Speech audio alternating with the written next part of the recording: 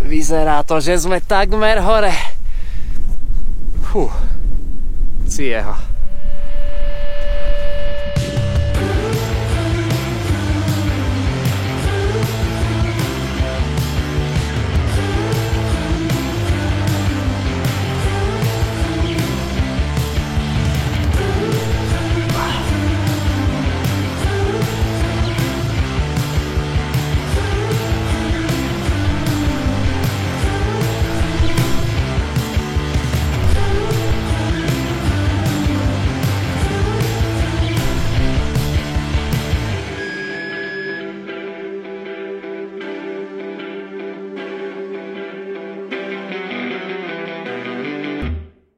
Priatelia, vitajte na severe Nórska.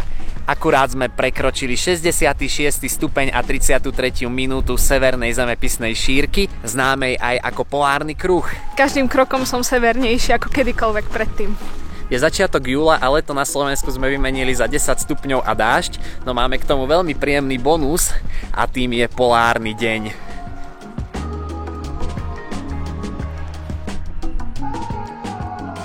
Mierime na súostrovie Lofoty. Návštevu Nórska sme však začali 800 km južnejšie v meste Trondheim. Sme na ceste do Bodø, odkiaľ sa na ostrovy dostaneme trajektom. Náš výlet začína.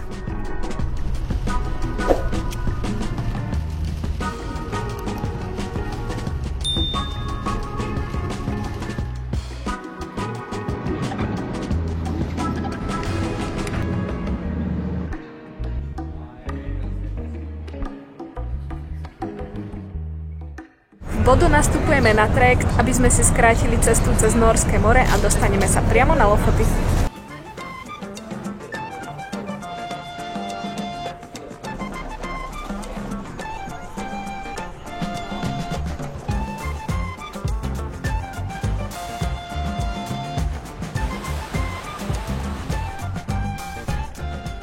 Na trajekte strávime 3 hodiny a prekonáme približne 90 km.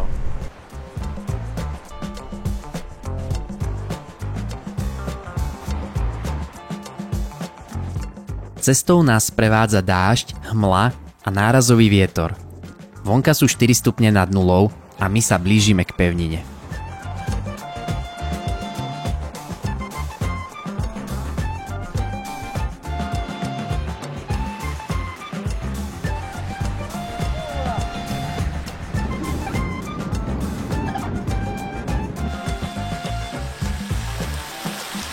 A sme tu, vítajte na Lofotoch. Začíname na východnom okraji v mestečku O.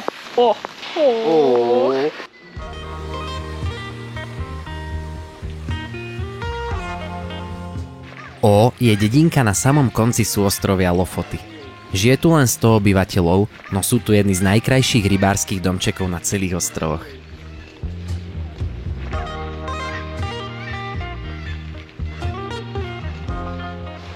Toto je tak krásne fotogenické miesto. Škoda len, že tak prší.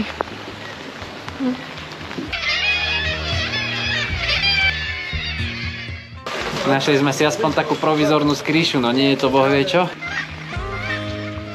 Z O sme sa presunuli do dedinky Rejne. Druhá zastávka a nám opäť padla sánka. Červených domčekov je tu ešte viac a sú snáď ešte krajšie. Je to tu také krásne estetické. Všetko je také jednoduché, farebné, pekné. Architektúra Nórska je ovplyvnená najmä tým, že sem nikdy na rozdiel od zvyšku Európy neprenikol feudalizmus a teda nebola žiadna bohatá vrstva, ktorá by stavala honosné budovy. Tu sa kladie dôraz najmä na praktickosť a využitie. Používa sa najmä drevo a ide o maximalizáciu denného svetla, ktorého je tu v zime naozaj málo.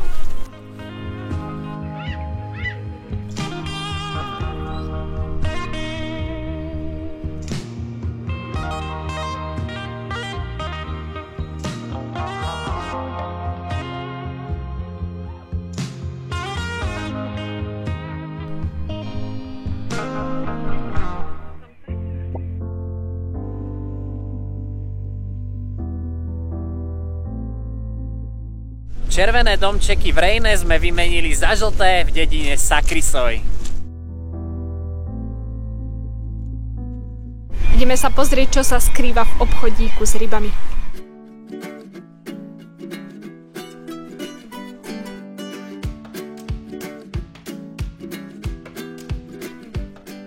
Máme tu aj degustačné menu. Vyskúšam aj sušenú veľrybu.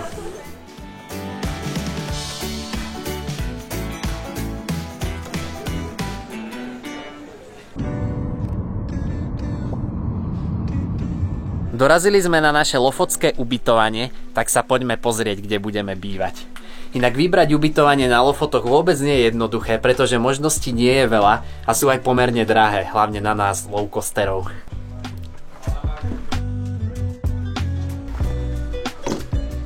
Škandinávska jednoduchosť, to sa nám páči. A výhľad? More sa nám rozlieva priamo pod oknami. No a rovno na balkóne nám parkuje aj jedna loďka. Keďže reštaurácie sú v Norsku drahé, zobrali sme si balené jedlo z domu. Tak na obed budú cestovinky a sviečková.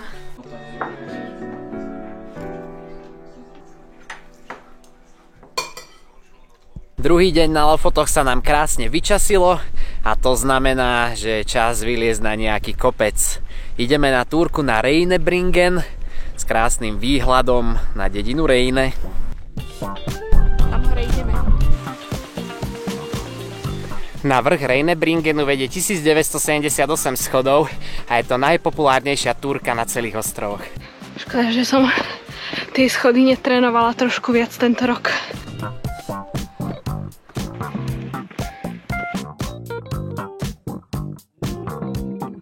Vystúpali sme približne 220 metrov, hore nám zostáva ešte ďalších 260 a toto stúpanie je celkom náročné. Ideme po schodoch, takmer rovno hore, takže aspoň nestrácame žiadny čas horizontálnymi presunmi. Na raňajky sme si dali párky, aby sme mali dosť energie na celý deň, ale už teraz viem, že tie páročky boli trošku chyba. Ťažia ma v brúšku ako skala. A sme hore. Aj s výhľadom.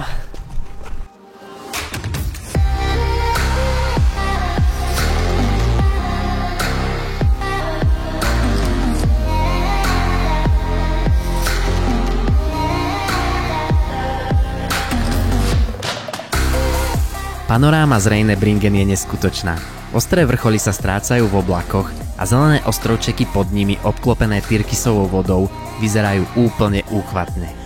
Takže odtiaľ z hora z výhľadu na Reine sme sa presunuli do dediny, kde si musíme dať nejaké snacky a doplniť energiu, pretože to bola väčšia túra, ako sme čakali. 1,1 km nevyzerá tak zle, ale non-stop po schodoch dalo to celkom zabrať.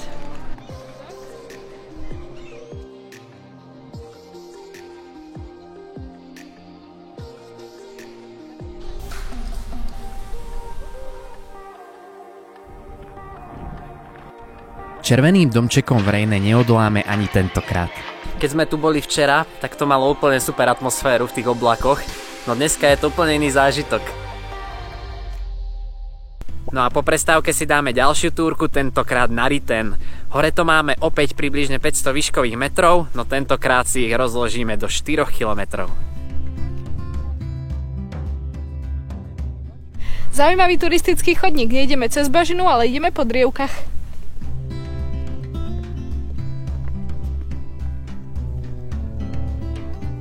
Ideme trošku ako také kuriatko po bidielku, nie?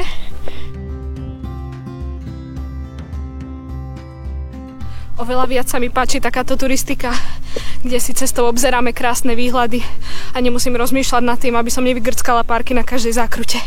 Ritten je 543 metrov vysoký útes na severnej strane Lofotov. Nachádza sa priamo nad plážou Kvalvika, na ktorú sú z neho pri dobrej viditeľnosti nádherné výhľady. Na vrchole kopca Ritten nás zastihla takáto morská hmla.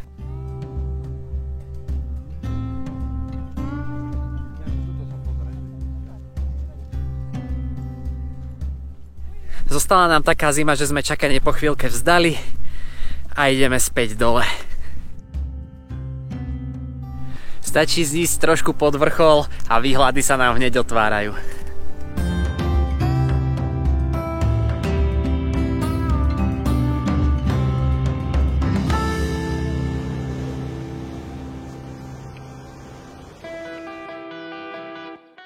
Po krátkom oddychu vyrážame na ďalší kopec. Tretia turistika, ktorú tu absolvujeme, je na vrch Festwachtinden nad mestom Hemingsweier a opäť nás čaká 500 výškových metrov na 1200 metrov dĺžky. Túrky sú tu síce krátke, ale fakt zabíjacké. Postupne zdolávame strmý skalnatý terén s náročným 50% stúpaním. Je to fúška, no s každým metrom, ktorý vystúpame, sa nám otvárajú nové a nové pohľady na ostrovčeky s mestom Hemingsweier. Tak takto si tu šlapeme hore.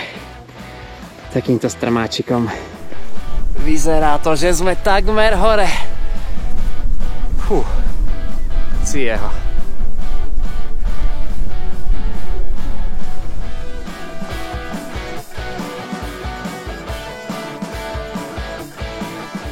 A sme hore. No niektorí z nás si to až tak neužívajú. Som v bezpečí.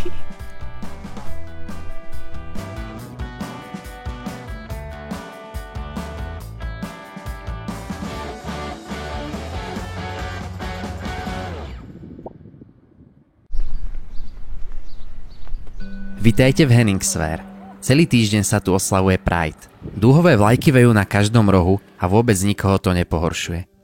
Na týchto malebných ostrovoch sa stretáva divoká príroda s ľudskou toleranciou. Krajina ako z budúcnosti.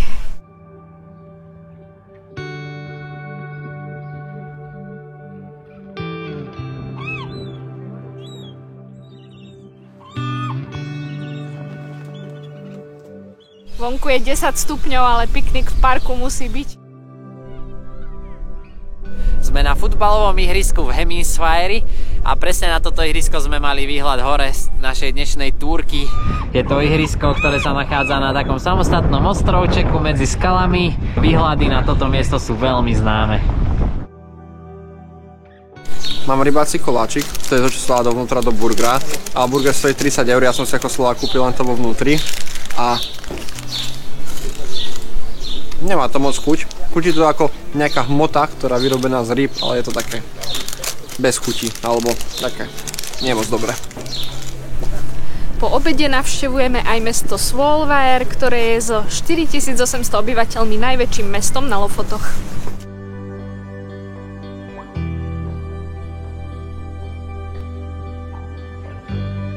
Už na prvý pohľad cítiť, že Svolvær je mesto a nie len taká dedinka. Napriek tomu, že sú tu stále vkusné, drevené, červené domčeky, nachádzajú sa tu už aj takéto modernejšie, presklené stavby.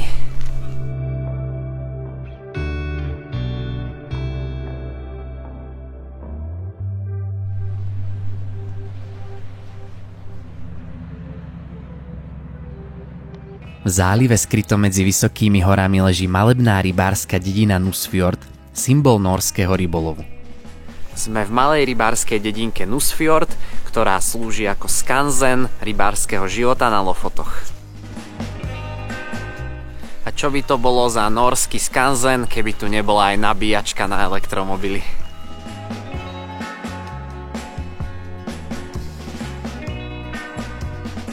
Nusfjord, tak ako celé Lofoty, sú najmä o rybolove. Do tohto zálivu chodili rybári z celého pobrežia Nórska a lovili tu najmä tresky. Začiatkom jary rybári prichádzali do Nusfjordu a pripravili svoje tradičné drevené lode na každoročnú sezónu lovu tresky. Od februára až do apríla týmito miestami tiahnu tresky, hlavný lofotský artikel. Podnebie je tu ovplyvnené golfským prúdom a ryby prichádzajú do teplejších vôd. V dedine sa nachádza múzeum, ktoré celý proces lovu a spracovania rýb dokumentuje.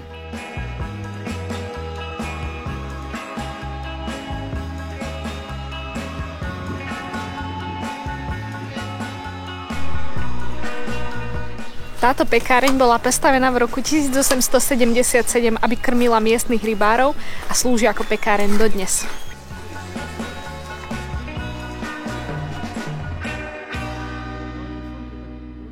V dedinke majú aj vyhrievané tulivaky. A nie len to, je tu aj neskutočne štýlová kaviareň. Kávu síce nepijeme, no toto miesto sme nemohli obísť.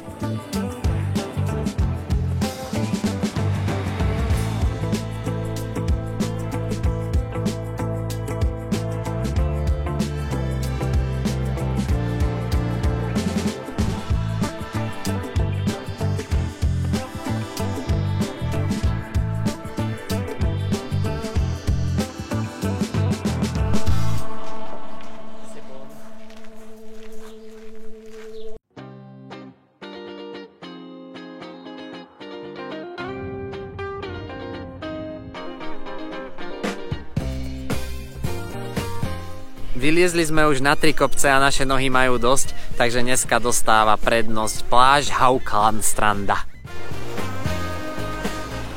Nórske pláže pre nás nie sú príliš vhodné na kúpanie, ale zo pár miestnych odvážlivcov v plavkách sa vždy nájde.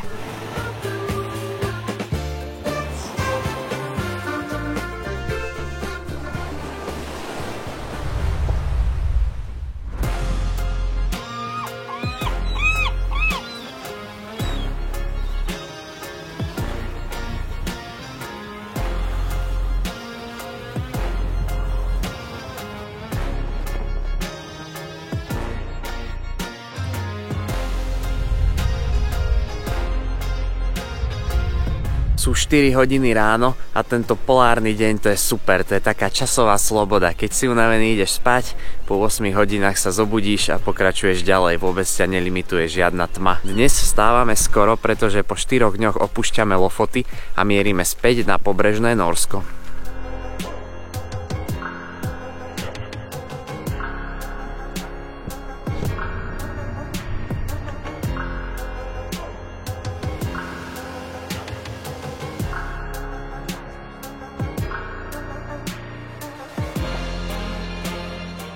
Opäť sme na palube trajektu a vraciame sa do malého mestečka Bodo.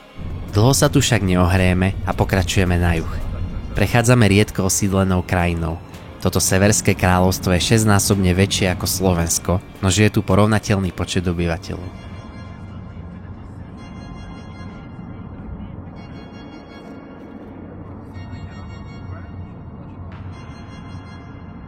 No a z malých prímorských dediniek sme sa presunuli do 180 000-ového mesta Trondheim, kde náš norský výlet zakončíme.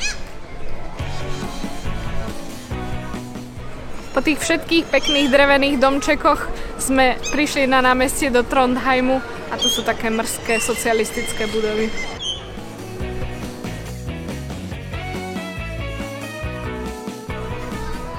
Trondheimské námestie veľký dojem neurobilo, ale len o pár stoviek metrov ďalej je Old Town Bridge a Old Town domčeky na brehu rieky a tuto už vyzerá o poznanie lepšie.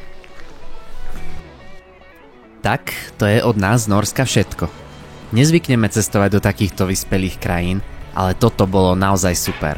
Do Nórska sme išli kvôli prírode, ale bolo toho o mnoho viacej. Bavila nás turistika, architektúra, 24-hodinový deň a celkovo sme sa v tejto krajine cítili veľmi príjemne a bezpečne. Dúfame, že ste si cestu užili s nami a tešíme sa na ďalšie dobrodružstvá.